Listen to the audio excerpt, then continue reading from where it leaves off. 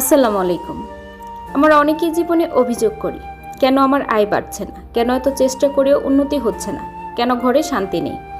আমরা অনেক সময় বাইরে কারণ খুঁজি, চাকরিতে সমস্যা, ব্যবসায় ক্ষতি, সমাজে বাধা বা হিংসুক মানুষ। কিন্তু সত্যিকার কারণটি হয়তো আমাদের ঘরের ভেতরেই লুকানো থাকে।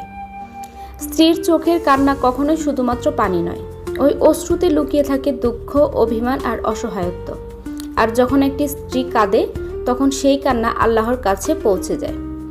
রাসূলুল্লাহ সাল্লাল্লাহু আলাইহি সাল্লাম বলেছেন, তোমাদের মধ্যে সেই ব্যক্তি উত্তম যে তার স্ত্রীর সাথে উত্তম ব্যবহার করে। তাহলে বোঝাই যাচ্ছে, স্ত্রীকে কাঁদানো কখনো উত্তম মানুষের কাজ নয়, বরং স্ত্রীর দুঃখের কারণে আল্লাহর রহমত ঘর থেকে সরে যেতে পারে এবং রিজিক থেকে বরকত উঠে যায়। স্ত্রী যদি খুশি থাকে, তাহলে তার হৃদয় থেকে দোয়া বের হয়, হে আল্লাহ, আমার স্বামীকে বরকত দাও, তার রিজিক বাড়াও, তার কাজ সহজ করে দাও। এই দোয়া আকাশের দরজা খুলে দেয়। স্ত্রীর দোয়া স্বামীকে উঁচুতে তুলতে পারে, তার ভাগ্যে সুখ ও উন্নতি আনতে পারে। কিন্তু সেই স্ত্রী যদি বুক ভরা কষ্ট নিয়ে আল্লাহর কাছে বলে, হে আল্লাহ, তুমি আমার বিচার করো, তাহলে সেই দোয়া সাপের মতো নেমে আসবে। কারণ মজলুমের দোয়া কখনো ফেরত যায় না, আর একজন কাঁদতে থাকা স্ত্রী নিঃসন্দেহে মজলুম। অনেকে বলে, আমি নামাজ পড়ি, রোজা রাখি, দান করি, তবুও কেন জীবনে শান্তি নেই? ভাই, কখনো কি ভেবে দেখেছো তোমার স্ত্রী খুশি কিনা? সে কি হাসি মুখে তোমাকে দেখে কিনা?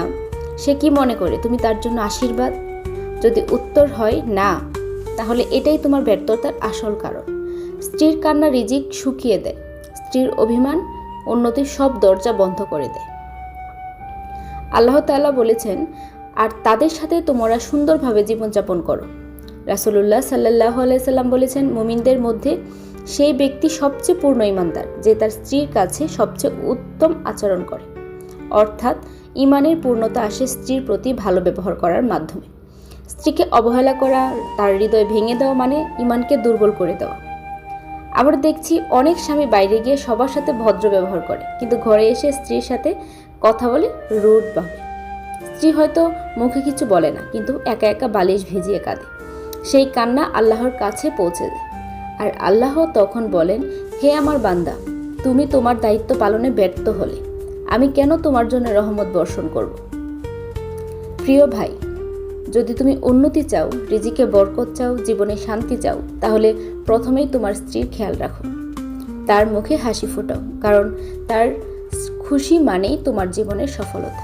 স্ত্রী খুশি থাকলে ঘরে শান্তি নেমে আসে, শিশুরা ভালো চরিত্রবান হয়, পরিবারে ভালোবাসা বাড়ে, সবচেয়ে বড় কথা, আল্লাহর রহমত সেই ঘরে বর্ষিত হয়।